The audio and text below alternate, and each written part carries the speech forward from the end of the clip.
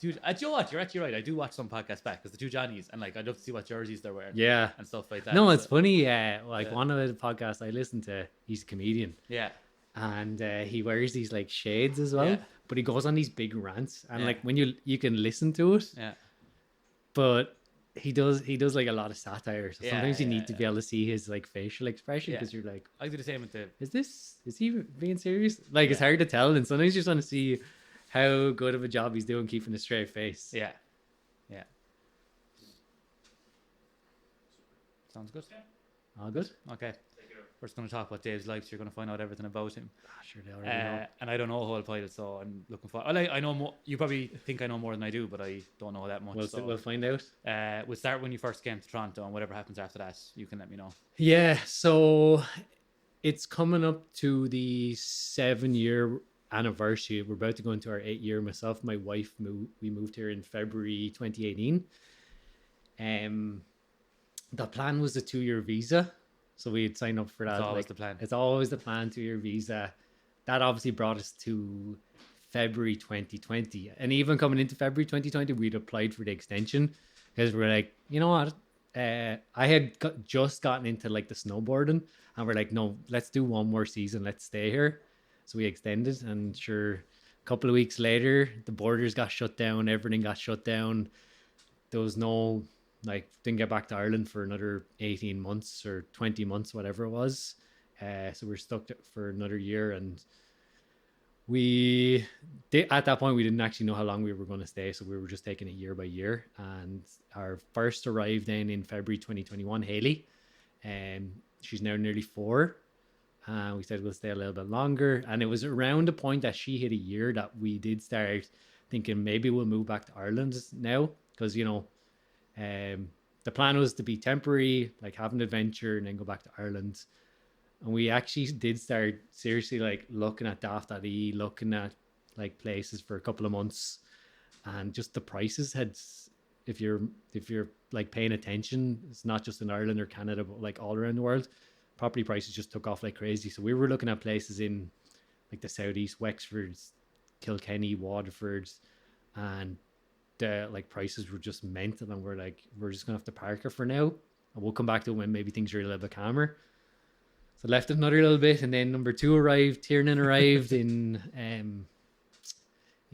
June of 2023, and so time has run on.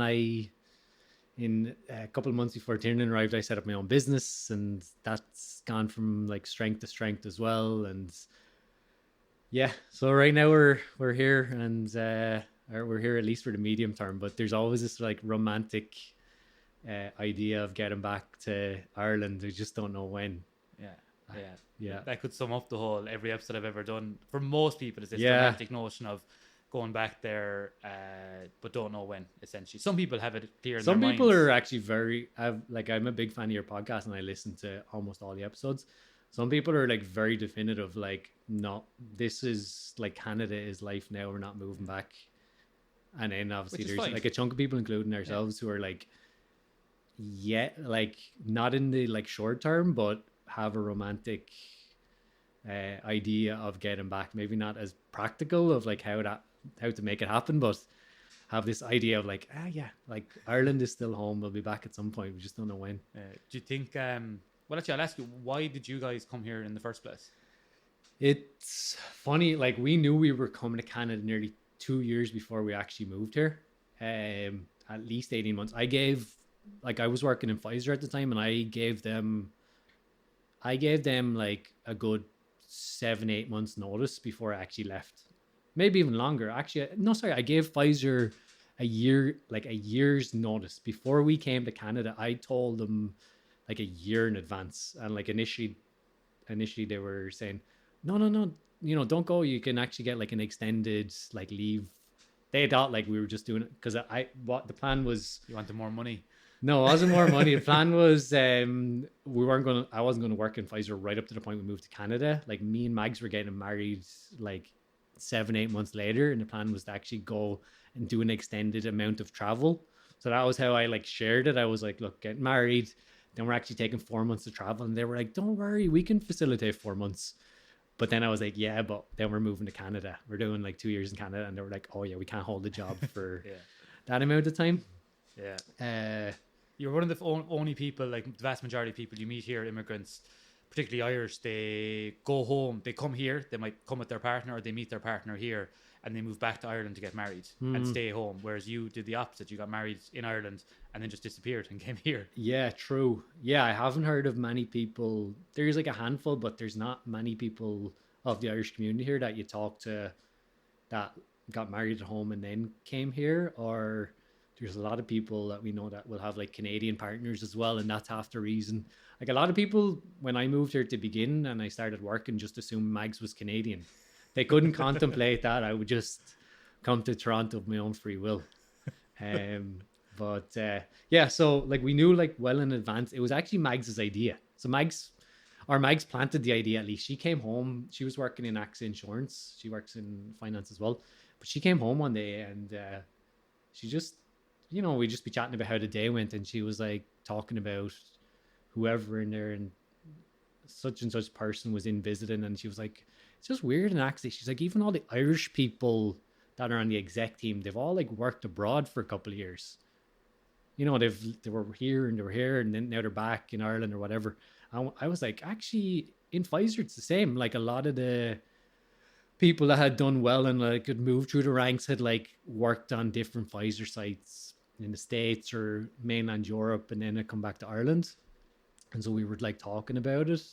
And we're like, oh, I wonder, would that help us with our careers? But then also we were saying, how cool would it be to actually immerse yourself completely in another culture?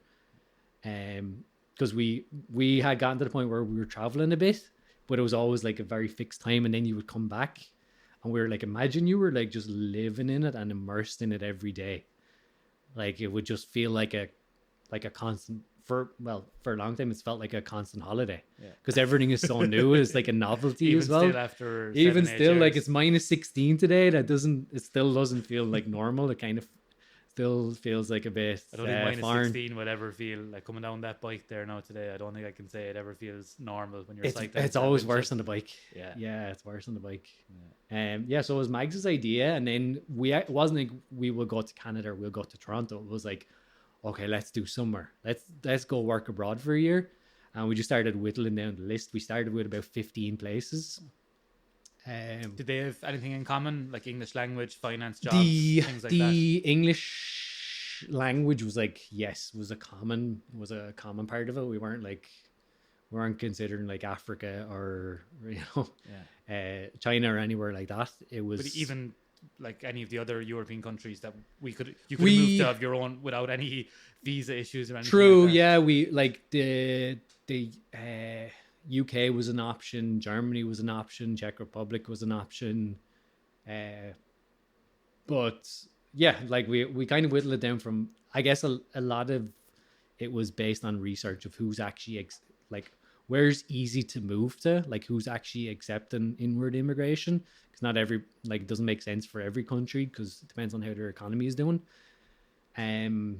But we whittled it down to 3, and the 3 of them were completely different. So we had Toronto, we had Dubai, and then we had Singapore. So we had 3 different parts of the globe, and then it was like trying to whittle it down to Toronto. And I felt that Singapore would be too much of a culture shock. It was before either of us had actually been to Singapore. Like, we've been to Singapore since, but it's before we went to Singapore. So we just felt the culture shock might be a bit too much. And then Dubai, there's pros and cons with Dubai. Obviously, they've got 0% income tax. So a lot of people, especially a lot of teachers are going, Irish teachers are going there right now. Friends out there, and my father could never comprehend why I didn't go there, why I chose to come to North America. Yeah, fair enough. But I know, but it's at the same time, because like 98% of people in Dubai are like expats. There's not much of a culture to speak to, and like one of my kind of great hobbies is like geography and history, and like the whole culture side of it as well. So I felt like we'd be missing out on that side too much. So Toronto, it was. It helped that it's like Canada's business capital. It's actually one of the, like, in terms of like North America, it places quite well as well. It's like the second biggest financial services after New York. It's got the third biggest tech scene after San Fran in New York as well. So in terms of how it was comparing, It's like an advertisement for it Toronto. it made sense. Love it. Yeah. No, but it is, because people, I often find myself, I don't know, do you find this, like explaining to people at home how good Toronto is and the benefits it has, whatever it might be, whether it's something as simple as weather, diversity in weather, but just what you just said there, I wouldn't have known that off the top of my head. Yeah. I just would have known. I always go that it's the fourth biggest city in North America, you know. Fourth biggest city in North America. Yeah. And I saw over the weekend, we've just hit 7 million people in the like greater Toronto area as well. Which is kind of insane when you think we've got about 5 million on the island of Ireland. Yeah. And we've got 7 million people essentially in the city and like the suburbs as well. Yeah, people obviously want to come here. Yeah. Know, so very stay. It looks like as well. Very popular. Yeah. We know each other. I'm sorry, I'm curious. Toronto. You decided on Toronto, and in terms of the visa situation and things like that, relatively straightforward. Relatively straightforward. We're lucky, but me and Mags are chartered accountants. Irish chartered accountants. I've done my Canadian CPA since as well, which helps me cover the US as well when it comes to work. So yeah, finance is always in demand in like a big business city like Toronto. So it was relatively straightforward. There was a lot of paperwork, but in terms of jobs, there's like a reciprocal agreement. There's maybe 7 countries that are part of it, but it's like the kind of accounting exams are very standardized across Canada, US, Ireland, UK, New Zealand, Australia, South Africa. I'm not sure if that's 7 or 8, but it actually makes it easier to move to any of those countries because your designation gets recognized straight away, as opposed to starting from the bottom of the ladder and like having to redo all the exams. I'm always jealous of people like you, because in my line of work, obviously I'm in a unique situation working in Canada when I probably should be working in Ireland realistically in terms of my line of work. But there's not many other places I can go. There are, but it's very, very niche. Whereas I'm just jealous of, your kind of line of work where, there is always that possibility to just go, to other places. And, it seems relatively straightforward to transfer. But did that ever cross your minds even during the pandemic or post getting permanent residence, of leaving and not necessarily going back to Ireland, maybe going somewhere else? Not really. It was always a binary choice of Ireland or Canada. My sister lives, it's funny with my family because it feels like we're very spread out, because I got one sister in Portugal, I got one sister in New Zealand. But following the sister that lives in Portugal, following her stories, I do like say to people now, I could see the temptation if it weren't for the kids. Yeah. It'd just be too much work with the kids now, relocating them as well into like a Portuguese society. But if it weren't for the kids, I would strongly consider Portugal, because there's a lot of things that country has going for it. We got to go visit her over Christmas. We spent like a couple of days visiting her. Brilliant, yeah. She's living in Lisbon. It's beautiful. The weather's beautiful. The big differentiation between Portugal and in a lot of the other Western countries is they've managed to keep their cost of living like somewhat under control, whereas all the other countries, groceries, cost of housing, everything else is just skyrocketed. I've thought about this. Like, I was hell bent on going to North America, but now, maybe getting a bit older, maybe Europeans tend to be more settled in their ways. It's actually funny. I know, like, there's been a couple of people, like Canadians, that have come to me going, like, why did you come here? They're like, why would you move from Europe to here? They want to move from here to Europe. And I always say, for exact reasons that you want to move to Europe, it's like whatever you grew up with and you're familiar with, you kind of take for granted, and like you've experienced it for so long, and it's just a sense of adventure. You want to go and just see what something else is. So like North America, like they're pros and cons. I always say to people, like, it's not like Canada is better than Ireland or vice versa. It's just pros and cons, and you kind of just go for. I experienced this for I think I was 28 coming over here. You just go for that, like something a little bit different, just to experience it. Like, me and Mags had never even been to North America. We had we like committed to moving here, no idea what to expect. But I said to her, even if it's terrible, like, there's nothing stopping us jumping on a plane and going home 3 weeks later. Was there anything that you found initially surprising, whether that be positive or negative, when after you first arrived? I think we arrived in February, so it's still quite cold. Like I always say to people, especially Irish people, when they ask, the seasons always tend to run like a month behind what they run in Ireland. So people in Ireland will expect winter to start in November. I say, no, we're only getting into winter as it goes like into December. And it's like really the middle of winter in January and February. Yeah. Those are the two coldest months of the year. February is essentially spring back home. Exactly. Yeah. February, spring. Exactly. Whereas here you're like still in the dead of winter pretty much. Yeah. So we, getting used to it. I think we were mentally prepared knowing it was going to be cold. It was good. I think it was like positive. I think even within 2 days we were like, okay, we're staying. Yeah. With no need to book the flights for 2 weeks from now, or from what we've seen so far, it's like pretty cool. Yeah. Like just the structures, just that like whole skyscraper, and the engineering, I'd say, is like amazing compared to what we're used to, particularly in Ireland, where it's uncommon to go more than 4 stories. Yeah. To just like casually see like a 50-story is like incredible. Yeah, I think my condo building is taller than the tallest building in Ireland, and it's dwarfed by the buildings either side of it. Yeah, exactly. So it just puts it into perspective. Yeah. We know each other through a very positive experience we've obviously had in Toronto and been involved with GAA. Yeah. You strike me as a person who's extremely diligent and dedicated to the GAA. Was it like that in Ireland? Has it changed since you moved here? What's it been like for you? No, it was always a big part of my life. It's a big part of our family's life as well. Like, I guess kind of all started with, it's funny, I still get like slagged about it because I've changed over the years, but apparently, so Wexford won Leinster final and then the All-Ireland final in 1996. I apparently read a book for the entire Leinster final. Can't remember what age I was, but like, yeah, they were like, we're not going to waste a ticket on you coming to any more games, because, my dad was like desperately like trying to get me into it, but I was a bit more of a student when I was younger, and then kind of more of a late bloomer. I got into it more as I like turned 10, 11, as opposed to like, there's some kids that are just like amazingly into it, like 4 or 5 straight into it. I was like more of a late bloomer.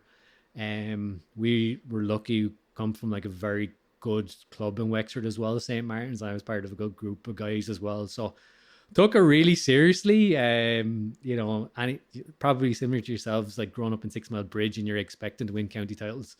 We were expecting to win county titles as well, not just in the hurling is number one, so we are like a hurling club by like historically, a lot of prominent players have gone through the club. Rory McCarthy and George O'Connor and John O'Connor, and we have like Martin Quigley, who was like 3 or 4 All-Stars, was my coach for under 14, and then George O'Connor, who was like an All-Stars in both hurling and football, was my coach for under 16, and then you had Rory McCarthy was my coach for under 21, like another All-Star. So we had that type of like atmosphere in the club. So it was big part of our lives. My dad was like selector with the senior team. My brother was playing. Would have played like a lot more football actually than hurling for me and my brother in particular. We were kind of a little bit took to football a little bit easier, and it actually there went like a couple of years where I was actually just playing football in my like earlier 20s, as I was trying to balance like work life and starting in work life. And then coming here, it's my first year I actually just played football. So the plan was, by that stage it was going out with a Kilkenny woman. Mags had kind of gotten me back in love with hurling, because I kind of got a bit disillusioned. Because delighted to hear that. Yeah. Wexford had a couple of not great years, let's say, and it was a bit frustrating, and we stopped going to the hurling. And then Kilkenny, obviously being Kilkenny, were doing great and like kind of that like dream team. And so Mags I would go with Mags. I would be a neutral. She's obviously going as a hardcore Kilkenny fan. I'm going as a neutral, and I started to appreciate hurling more for the like the game itself, as opposed to be like completely in on one team and then like being incredibly disappointed if your team doesn't win. Yeah. So I was actually going just like admiring it as the skill levels and as a neutral, and kind of got me like back into it, and I started hurling again, and then I dropped the football and it was just hurling, and then came over here, and then I reached out to, there was like a guy over here, he's from Wexford. There's not that many Wexford people in the city, but one of the guys that was here, he was 2 years behind me in secondary school, so I reached out to him for advice. I was like, what do I do with this? Where would you recommend living? What do you do for, recommend any banks? He's giving me answers, and he's like, by the way, I'm sending you a transfer form for Durham, who are just football. Yeah. So just by virtue of, there was him, and then there was another guy from Wexford as well with them. Kind of that Wexford link just brought me to the football the first year. And then the two of them left Canada at the end of the year. So I was like, right, I'm back to Ireland. That your connection with this football club is solely based on the fact that you knew one other person from Wexford who happened to be in Toronto, who I assume you weren't best friends with this person or anything like that. No, yeah, he was 2 years behind me in school. Yeah, we became a lot closer after moving, like both being here. You kind of like have the common bonds, but yeah, we wouldn't have been socializing. That's your choice of club stuff, and that you're still affiliated with that club, Durham. Yeah, like Mags joined as a result of me. She was like the treasurer for Durham for 2 years. It's just like funny. It can be the like smallest little strands can bring someone to within the club. Yeah. And what has, like, for me, the GAA has been huge over here. It's been times that I've pulling my hair out, and probably you've been an ear for me sometimes with things like that. True. But they're my own things I have to work on. But for the most part, it's obviously been a massively positive experience. That's something I would struggle without if I lived abroad. Would you agree with that sentiment? Not to sound like corny, but the like club. So you and I are both part of Napirsig, Hurling, and Camogie Club, but that club was almost taking the place of like extended family especially for me. I'm more involved in the club. Obviously Mags like lesser so, but like me in particular. And when you come in, like we didn't know other than this, other than like Pierce and like I think it was probably him. We didn't know anybody else. We came here, no nobody, no family, no nothing. Like none of the support structures that you take for granted when you're back with like kind of long-term friends and your family back in Ireland. Even the aunt that you don't talk to, you only talk to twice a year, but you can just call up and just call in a favor if you need, like my car broke down, I need someone to come help me, or my house, I can't get into my house, can I go over to yours? Like the like group of lads like has just been like, it has been made like a major difference in terms of being able to settle in and just having a support network. Even nobody in the club would remember, but I remember when Haley was born, and it was February 21. It was lockdown. We had nobody. It was like me and Mags like trying to figure out like a newborn baby for the first time. Couldn't have anyone even visit, so it was like the stress. And then I just get this like message into the group going, "Hey Dave, so we're after doing like a whip around. We're after getting you like a gift for the baby." It was like a $600 gift voucher for Amazon, which was just, when you're going through that like lonely period where you like everybody's in lockdown and you have no support and you're feeling down and you're like, things just seem crazy. And then just like that small little, like, we're here to like support you, like just made a massive difference. Yeah. When I and I fully agree with that sentiment. When I imagine having a child in the future, I imagine taking the child, home, having family members around, everyone holding the child, passing it around, deciding who looks like who and all that type of thing. And, just great moments like that. When Haley was born in February 2021, number one, you lived abroad, and number two, is in the middle of a lockdown. Yeah. What was that like? It was, I'll be honest, it was tough. It was very, very tough for both me and Mags. It was like not good for the mental health. I remember there was actually it was even just a couple of weeks before Haley was born. And I know I couldn't have been alone, but I was in the house and I was going crazy. And like a friend texted me, said, like, we've been texting, and he was like, "Do you want to come over and watch the hockey?" Like, it was the opening game. The Leafs were about to kick off. You're not going to name him in case I won't name him. Protocol. Yeah, protocol. I won't name any names. But like I went over, I was like, I have to do this because I'm otherwise going to go crazy. And I felt like you have to like protect your own mental health to be able to support someone. And I didn't feel like I could support Mags and then the baby if my head was in too bad of a place. So I was like, I just have to get out. I'll take my risks, to be honest, or take the risk, to be honest. But like Mags didn't talk to me for like 2 or 3 days after. She was like so pissed off because she was in like high alert mode of like you get COVID and you can't come into the delivery room. I'm going to have to deliver a baby by myself. Like there's nobody else that can come in with me. But yeah, that was like tough. And then like the first kind of 4 months, it wasn't really till like June, July. They were still like the lockdown finished, but there was no vaccines. They were still rolling out vaccines and things. And like, it was just really lonely. The funny thing for me, like, you know me, and I don't drink. And there was this like weird period where there's some sort of coping mechanism where there was like alcohol in the fridge and it might be like a Tuesday.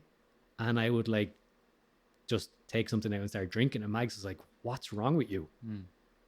And I was like, I don't know. And you'd never drink. I never drink. I have no interest in drinking, and haven't touched a drop in like 3 years. But there was a stage where I was like, I'll have like a casual like 1 or 2, you know, like social drink.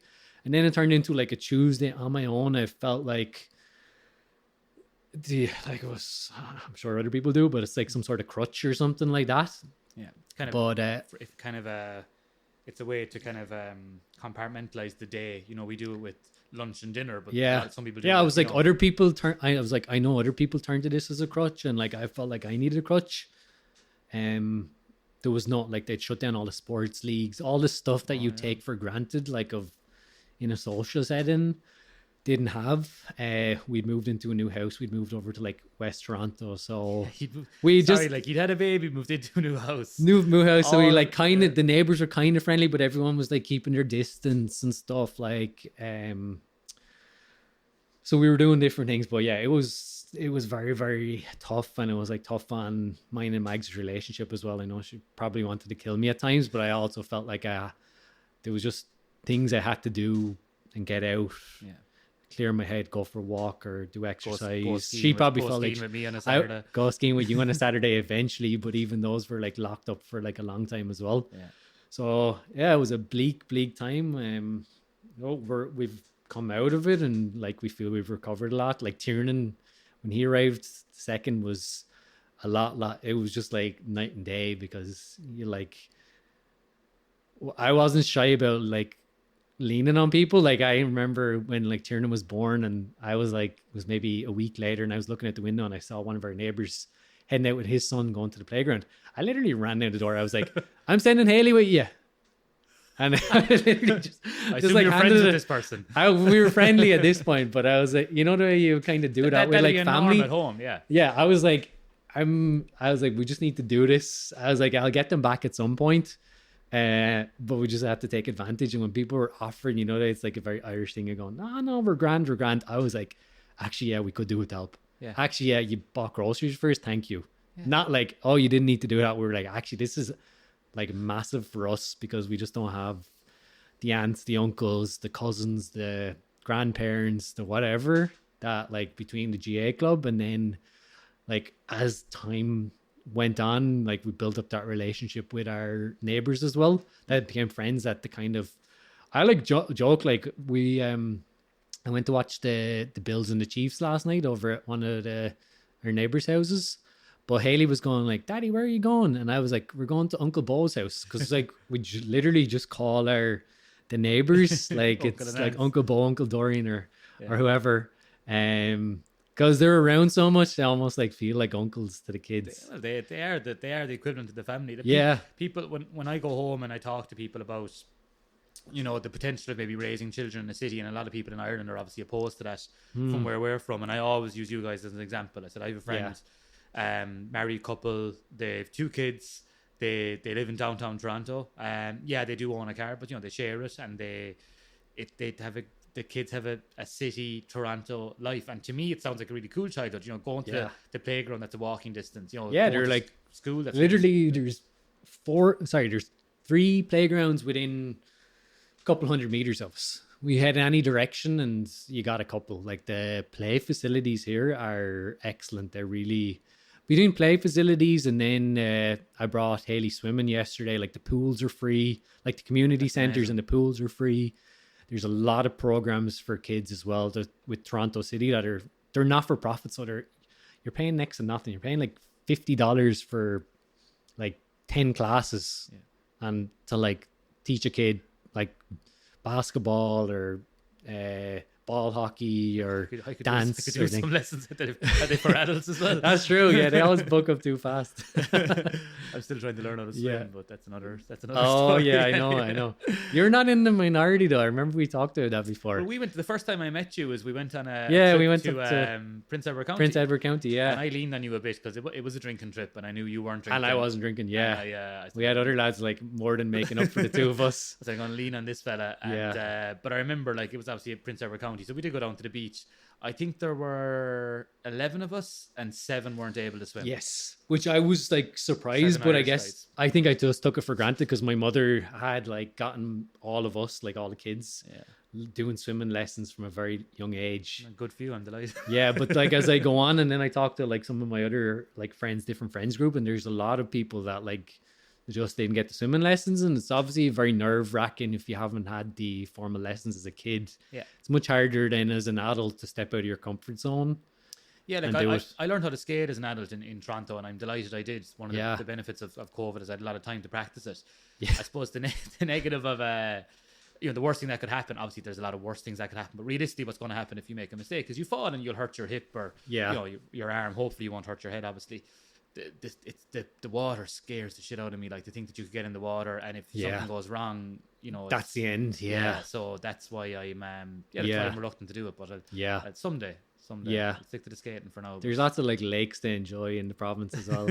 I know, and I feel like I'm missing out on that. I know. I feel like one of the benefits of like weekends away here is like going up to a cottage and it's all lakes. There's more in mountains in Ontario, so yeah, I don't. I tend to stick to the shade in the woods. Do you? Yeah, I do go into the water, but for me. That's something we should talk about because it's hard to like articulate it to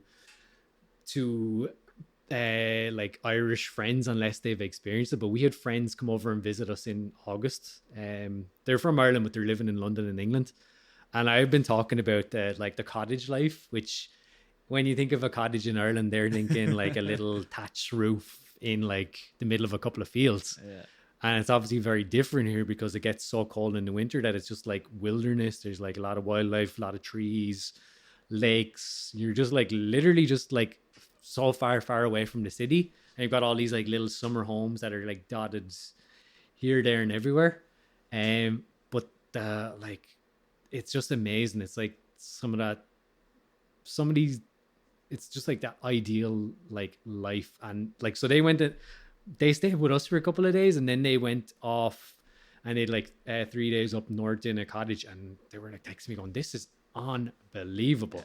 It is. It's beautiful. Like, it's amazing. It doesn't have to be Alberta and big mountains. Like it is, and you don't have to go that far away.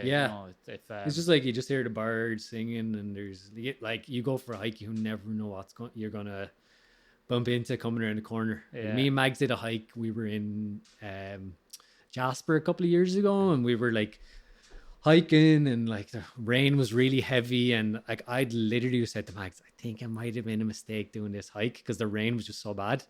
And like the the path through the forest was flooded, and like we just turned a corner and like there's straight away just 2 moose just ahead of us, like a mother and a calf, literally like 20 meters ahead of us on the track. Trail, like amazing. Yeah. So we just like trail them for another 20-25 minutes, and then they just like kind of disappeared off into the woods. Yeah, it is. It's an amazing. Speaking of the wild outdoors, are we allowed to tell the story of my 30th birthday up north ski trip? Yes, you can. We can the famous trip. Does Mags know this story?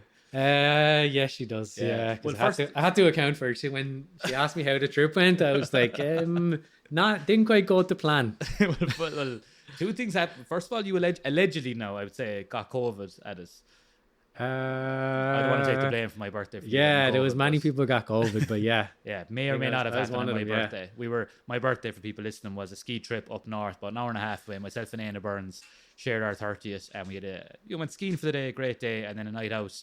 And myself and Dave, being the non-drinkers in the group, volunteered to drive, cover the drivers, and I was okay with that. Got back from the nightclub, the ranch in Barry. Shout out to the ranch, great spot. Got back, and I was like, I'm just going to sleep. I'm going to bed. I'm not staying up with everyone. People were still up drinking and whatever. Yeah. And Claire, my partner, wakes me up and tells me, you have to go pick up Dave Berney. Yeah. Like, what? So I'm a little bit of an early bird like you, but when you're out with a contingent, which we were, they're relying on you to bring. There's a big well. contingent. Yeah, I wanted to just head home, and then I had two lads with me. Had Dara and Brendan, who would not stop going on about McDonald's. So we literally had to like drive around Barry looking for McDonald's. We managed to find one, go through the drive-through. Then they forgot something, and then they had to run back into the McDonald's, and so then we got going again. And I have the GPS on. Minus 10 degrees now. At least it's about minus 10 degrees. Yeah. Yeah. It was fucking, pardon my French, but it was freezing. So got the GPS on, and GPS decides to send me down like a little side country road. We weren't staying in Barry, we were staying outside of Barry, so we were in the countryside. And sends me down this road, and it's kind of sketchy straight away because we go down this hill, but you can't see that far ahead of you at like 4 o'clock in the morning. But I could see enough going, there's snow and ice, and like part of me was like, this doesn't look right. But then the other part of me was like, I literally have the live GPS on and it's sending me down here. So maybe this is just a patch of like ice and snow. So go down the hill, and I like keep driving, and I was like, this is not looking good. And like, we're literally in the middle of nowhere. There's no houses, just like some random country road like you'd see back in Ireland. But like nobody living around there. Keep going. The snow gets heavier and heavier. The car starts like chugging. And then eventually just like won't go anymore. The wheels are just spinning. We just got stuck in this like really heavy snowbank. So first off, the two lads got out and tried to like push, but you said it was minus 10. I actually think it might have been colder with the wind chill. It might have been like minus 20 with the wind chill because it was freezing. Let's say it was anyway. And so we were, three of us were like shivering in the car. It was like starting to get cold because I didn't want to be running the engine as well if we weren't going anywhere, because we didn't know how long we were going to have to stick it out. But there's no way we could sleep in the car because it was so cold. So started putting like messages out to the group and like calls and long story short, you showed up. So we're talking 4:30 in the morning now. Battalion. You showed up with a battalion of lads. Like, so there's 4 of you in the car. So it ended up with 6 people pushing, and then me trying to do the car. And then I think I got out and tried to push, and one of the other lads tried it. We tried a couple of different things. Most lads were kind of dressed for, but there was like one lad in particular showed up in just a shirt and like who was that? Tig, was it? Tig, yeah. I don't know how he didn't get hypothermia. Like, I don't think Tig knew we were all like signed up for it. Yeah, I don't think he wasn't in a good state, let's just say that much.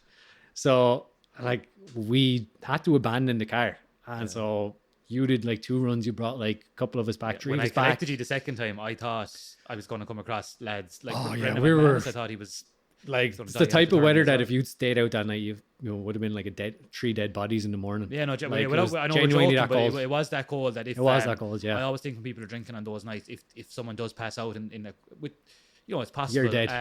And you're left there for a few hours, you could die. You're dead. I know I don't belittle it at all, but I thought you're the most sensible person I know. Yeah, but I couldn't get it. Left your car at the middle of the road. Well, I was like freaking out. I don't think we got back, and it was like 5 o'clock, and I literally don't think I got to sleep from like 5 to 7. And I got up, I was the first one up, and I was like, as soon as somebody else is up here, I'm going to like get a bit of help. And so I was like cleaning up for ages because I was the only one up, and then someone got up, and like we kind of had like a little talk, and there was one Canadian in the group, Erin. Yeah. She was one of the early ones. So jumped in the car with her and her boyfriend. She was like, don't worry, I've dealt with this the whole time. And went up, found a little shovel at the house, which actually was the big difference. And she just knew exactly what to do. Managed to like dig out the 4 wheels. Yeah. She actually did the driving, and like me and him pushed, and she was able to do something with the steering wheel, and we got going as well. But I was literally couldn't sleep because I was like, I'm going to go there and the car's going to be gone.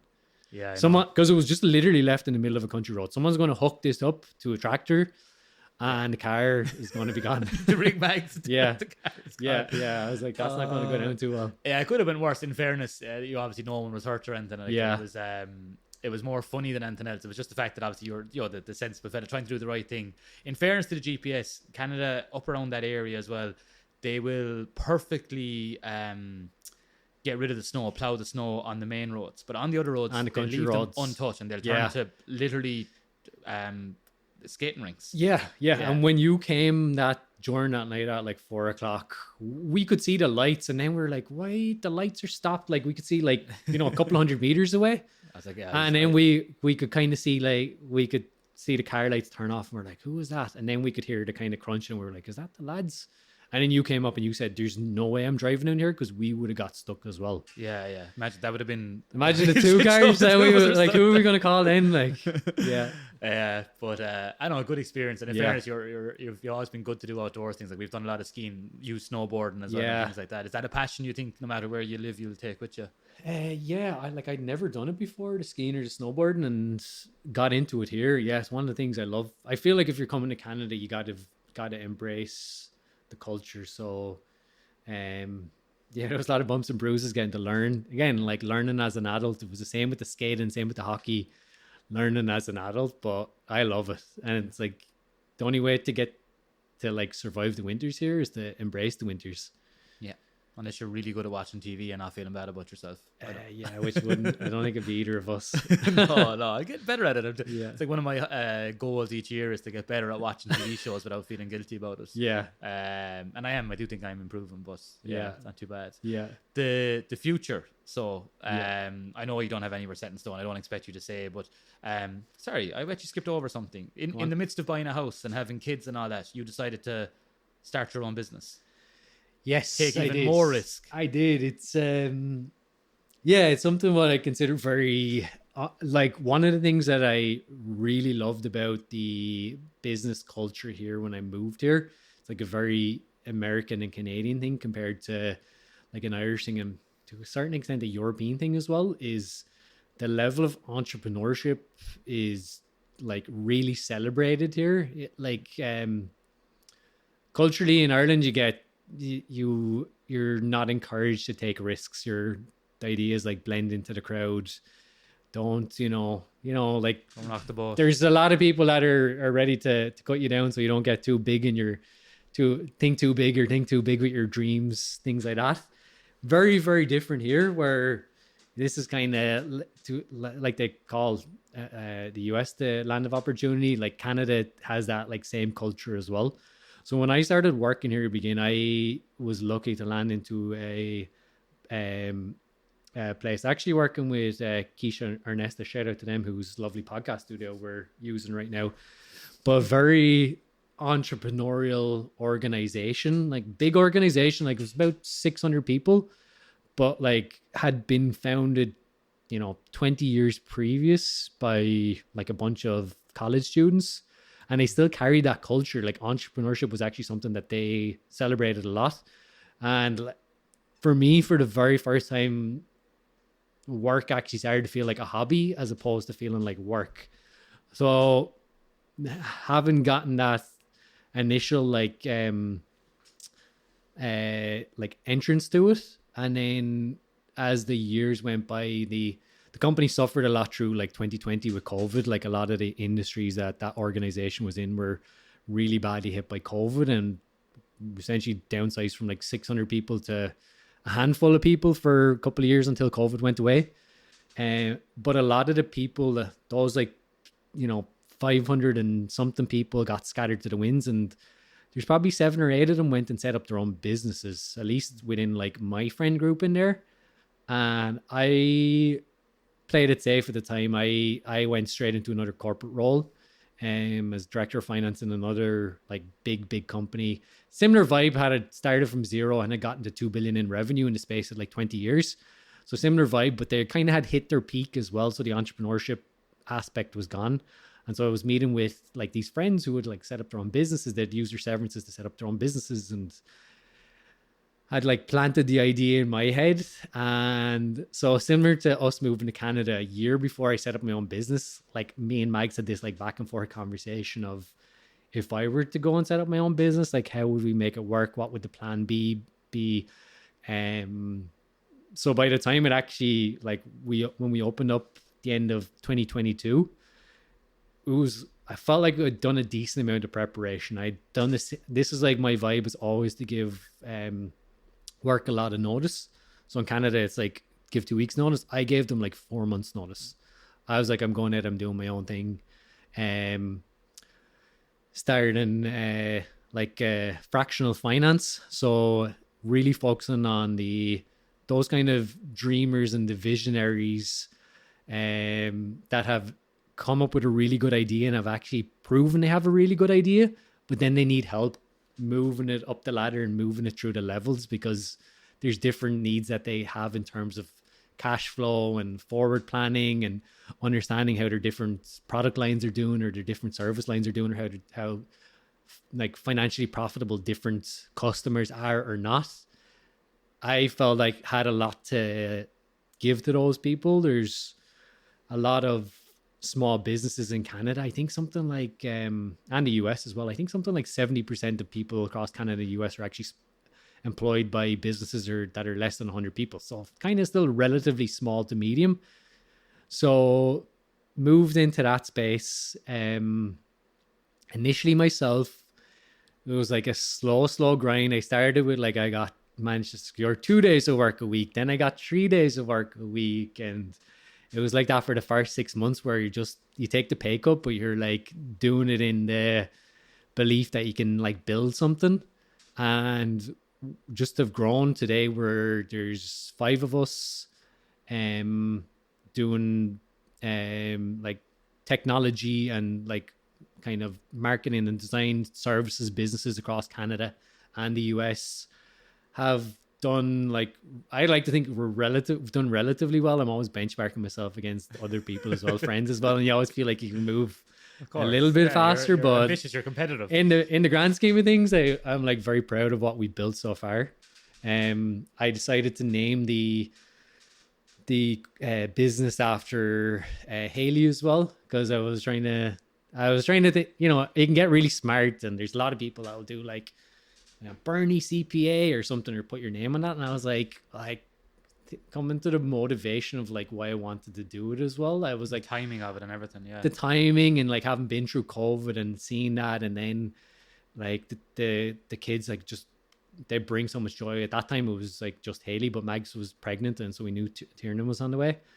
I just felt there was a way to do it where you didn't have to trade in one for the other, like, work for like everything else, like your friends and family. And so I deliberately decided to name the business after that, because I wanted to keep it as the North Star of like, not just for myself, but the businesses that we help are all about trying to help the founders, or the owners actually realize the same vision, where finance is traditionally a very stressful side for people. There's a lot that goes into it. Like I've studied it for, probably 7 years. Like there's probably 4 years of full-time study, and then another 2 or 3 years of like part-time study, where we're doing like chartered accountant exams and CPA exams as well, along with like a master's in accounting and a degree in commerce. So I could see how it would be stressful for people. And I felt I had a framework to reduce the stress and help them grow their businesses as well, without having that stress. Because in a smaller business space, they don't have the same amount of resources. So they tend to just focus on the basics. It's like, get my taxes filed at the end of the year, get some sort of financial statements. Maybe they'll use their bank as like a benchmark, when there's actually so much more that they're leaving off the table. Look, if I like this, we talked about this podcast is a passion project, but if I wanted to monetize it and all that type of thing, I haven't an idea of where to go, and I'd the nerves like of even thinking about it. But to have someone like you helping me with that would be fantastic. So it is nice to know that you obviously have a massively positive impact on people's lives. I actually let me give a little bit of advice, because I get this question quite a lot, because there is a lot of people that think about it, and I'll answer. So people will frequently come to me and they'll say, I'm thinking of starting up my own business. I don't know what to do. I don't know where to start or what I should be considering. And you can essentially establish it to like 5 like main things to get started. And actually, sorry, and they also think about what's the cost involved. I say there's 5 things you can get the whole business started for about $500 ish, which is not like bad. It like help you navigate the like legal and financial and all that side of things. So number 1 is like the actual legal company. So traditionally people used to go to lawyers. There's now software out there that makes it really easy to create a limited company. A limited company being that it's separate from you as a individual. So if like someone were to sue you for doing a bad job, they could only sue the company, not you individually. So setting up like a limited company, there's really good software. I used Owner, OWNR. It was like $600 and it did everything for me: the articles of incorporation, the business number, like filing who the director was, because you have to be registered at both a provincial level and then a federal level as well. So it does all that paperwork and registers you essentially with the CRA, with the government as like a business, and you go through a process where you can actually check your name, like the name you have in mind isn't already taken, and then purchase that name. So that's number 1, like call it $600. Number 2 is a bank account. Like people make a mistake, especially to start, and they try and do same bank account for individual and business.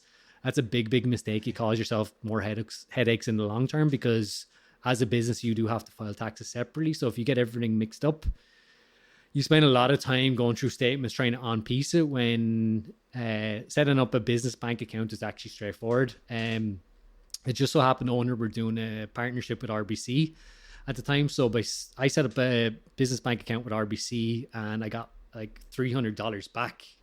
So like net between the bank account and then all the like legal work to set up the company, $300. That's incredible. Which is incredible. And then number 3, if you're serious about the business and you think it will be successful, once you're over 30,000 in revenue in a year, you have to start charging HST. So it makes sense early on if you're relatively serious about registering with the CRA. So setting up a CRA, my business, and registering for a CRA account, file a HST account. So that's free, but it's just something that people forget about at the start, and they try and take care of it afterwards. And that by that stage, the business is taken off and there's already a million things to do. So it's one of the things that you can do well in advance. And number 4, people neglect their accounting, or they'll try and do it in Excel or paper, but small business accounting is actually very easy now and is very cheap. For $20 to $50 a month, you can get a good accounting system. QuickBooks and Xero are the two kind of big accounting providers in the small and medium-sized business space. We use QuickBooks, like we just specialize in QuickBooks, so I can speak more to that. But just having something as basic as that for tracking your financials goes a long way further than trying to do it yourself manually. Like QuickBooks has actually built like a whole framework to make it really easy for someone to be tracking how they're doing. So by the time you're getting to a point that you need financials to grow the business, you've already got that like foundation in place. So you're talking, look, their lowest price I think is $20 a month. So you're talking $240 in a year. And the last thing of advice I'd have, number 5, is you go to pay yourself. There's payroll taxes to be done. If you're doing a DIY, you're a 1-person or 2-person shop, you want to make sure that you're paying your payroll withholding taxes, so you're not hit with a massive tax bill at the end of the year. There's any number of payroll providers in Canada. Like the main 2 are QuickBooks Payroll and then WagePoint. Again, $30 a month. Very simple. You do set up, you put your name, your address, your social security number, how much you want to pay yourself on a monthly basis. It basically takes care of the rest. It'll take the money out of your bank account. It'll send whatever it needs to send to, it'll calculate EI, CPP, send it to the CRA. it's great. And then for for US business, there's an even better one down in the US called Gusto. It does exactly the same thing. Payroll in the US is a lot more complicated because you're paying, sometimes you have to pay like city as well as the state and the federal level as well. But there's so much really good tools. It's just like a lot of small business owners don't know about it. So my job is actually just trying to get the word out there and actually help them. Brilliant. Yeah. You're even motivated me. Like there's a very small advice. Entrepreneur in me. It's not, but like even just to hear something like that, to know. But the reason I've never acted on it is because of the fear of not knowing how to do X, Y, or Z. Yeah. And also maybe the lack of willingness to be able to ask for help. Maybe that's an Irish thing as well. I don't know. But yeah, you've explained it there in unbelievably clear, concise terms. I hope that's helpful. I actually get that question like a lot. I feel like that question comes up to me at least once every quarter where someone asks me. I felt it was like worth mentioning. Yeah, definitely. Appreciate it. Yeah. We'll wrap up now shortly, but just again, I'm not looking for a definitive answer, but what does the future hold for the Berneys, or where does the future hold for the Berney family? I think in the short, medium term, it's Toronto. We do have this romantic thing of like Ireland at some point. I sometimes joke I'll send Haley to boarding school in Ireland, like looking at boarding schools, because I do feel like the education is very good in Ireland.